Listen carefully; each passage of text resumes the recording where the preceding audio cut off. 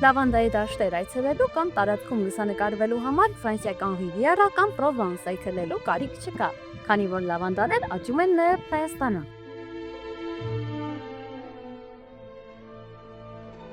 Ֆրանսիայի այցեքարտերից մեկը դարձած լավանդան հայտնի է ոչ միայն իր տեսքով ու բույրով, այլև օգտակար հատկություններով։ Ի դեպ, լավանդայի հայկական անվանումը նարդոս է։ Հենց այս բույսի անունից է իր գրական կեղծանունը վերցրել հայ գրող Նարդոսը։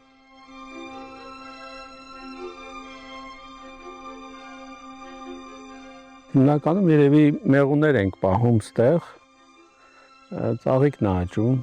ապրում ենք։ Ճիշտն ասած, Հայաստանից գնացել ենք, երբ որ դպրոցը դեռ չէի ավարտել, գնացել ենք նահանգներ 80 թվին, 5 երեխա ենք ունեցել, միշտ ցանկություն ունեցել եմ հետ գամ Հայաստան։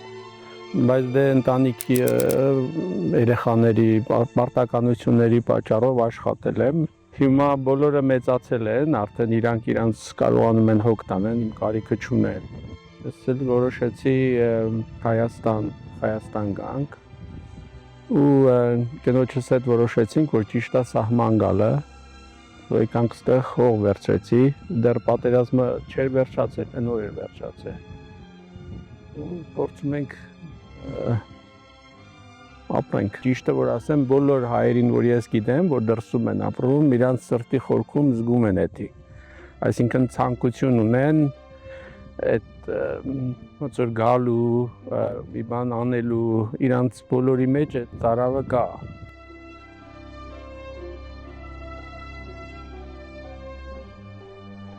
Լավանդայի ոնց որ դաշտ Հայաստանում չկար մի 4-5 տարի առաջ, հեշտ աճող բույս է, համոզված չէինք ստեղ կաճի թե չէ, փորձեցինք տեսանք, որ բավականին սիրում է տեղանքը։ Տնկեցինք այգին, արդեն 3 տարի է ծաղիկ է տալիս էլի։ Կարող ես լիմոնադ սարքես, պաղպաղակ, որպես համեմունք օգտագործես տարբեր բաների վրա։ Յուղը շատ են օգտագործում արոմաթերապի օծանելիքներ սարքելու։ Պատճառներից մեկը ինչ ենք սարքում, որ նայում ենք այնտեղ քաղաքում է ընտրված մարդիկ էլի, որ կռիվ են անում, իրար վրա բան են շպրտում, բան են անում, մտածում ենք անվճար իրանց լավանդայի հիդրոլիզ ուղարկենք, որ մի քիչ իրար վրա փչեն ու մի քիչ իրար հետ ավելի բարյացկամ լեն էլի, իրար ծեծելու փոխարեն ավելի հաճելի է, որ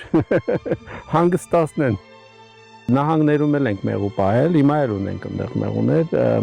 մի քիչ իրանց բնույթը տարբեր է ստեղի մեղուների ու ընդեղի մեղուների հետ, տեղանքի պետք է սովորես էլի, մի քիչ հարմարվես, տեսնես թե ոնց է աշխատում ստեղ ընդեղի համեմատ։ Եթե լավանդան ծաղկած ալնում, մեղուն ոնց որ թե նախընտրում է, ուրիշ ծաղիկների վրա չի գնում, առաջինը լավանդայի վրա է գնում։ Զարմանալին է նա, որ լավանդան ինքը մնացած միջատները չեն սիրում, օրինակ մոծակները, բեռերը, բաները հեռու են մնում լավանդայից, իսկ անգամ կենդանիները չեն ուտում, այսինքն այծը, կովը չի ուտի, մեղուն շատ է սիրում։ Բոլորը ինչ-որ կարծիք ունեն, թե ես ոնց կարամ փող աշխատեմ, բայց ես դրսում ավելի հեշտ եմ փող աշխատում, համար շատ ավելի հեշտ է գնամ դուրս փող աշխատեմ, քան թե Հայաստանում։ Ես իրանց եմ բանանում, իրանց վրա եմ հետ դնում, այսինքն եթե դու ինչ-որ կարծիք ունես, որ մի բան կարաս անես, ես քեզ կաջակցեմ։ Արի օգտագործի դաշտնել, տեղանքնել, որևէ բան որ ունես, ես խորհուրդ կտամ կաջակցեմ ըստ իմ գիտելիքի կարողության, էլի։ Այս նույն դաշտը ես եթե հիմա Կալիֆոռնիա սարքեի, Կալիֆոռնիայում անեինք, երևի վրաս կնստեր մի քանի միլիոն դոլար, իսկ ստեղ կարաս նույն միջավայրը ստեղծես կամ կարգի բերես, շատ մատչելի։ Ինձ ամենաշատ ինչն է զարմացնում, որ տեղացիները հենց տեղի ժողովուրդը շատ ինձ գալիս ասում, վայ ես ինչ սիրուն է, ասում եմ, բայց էսի ձերն է, չէ։ Ես ընդամենը դրսից եմ եկել, էսի ստեղ եղել է մինչև գալը, ամեն ինչ կար էս բնությունը, չոր դաշտ չի եղել, դաշտը իրականում մենք թեյեր ենք հավաքում, մենակ այս դաշտից կարաս 18-20 տեսակի թեյեր հավաքես, շատ հետաքրքիր խոտաբույսեր կան, որ աճում են, ստեղ բնականից Աստված օրհնել է այս երկիրը, էլի կա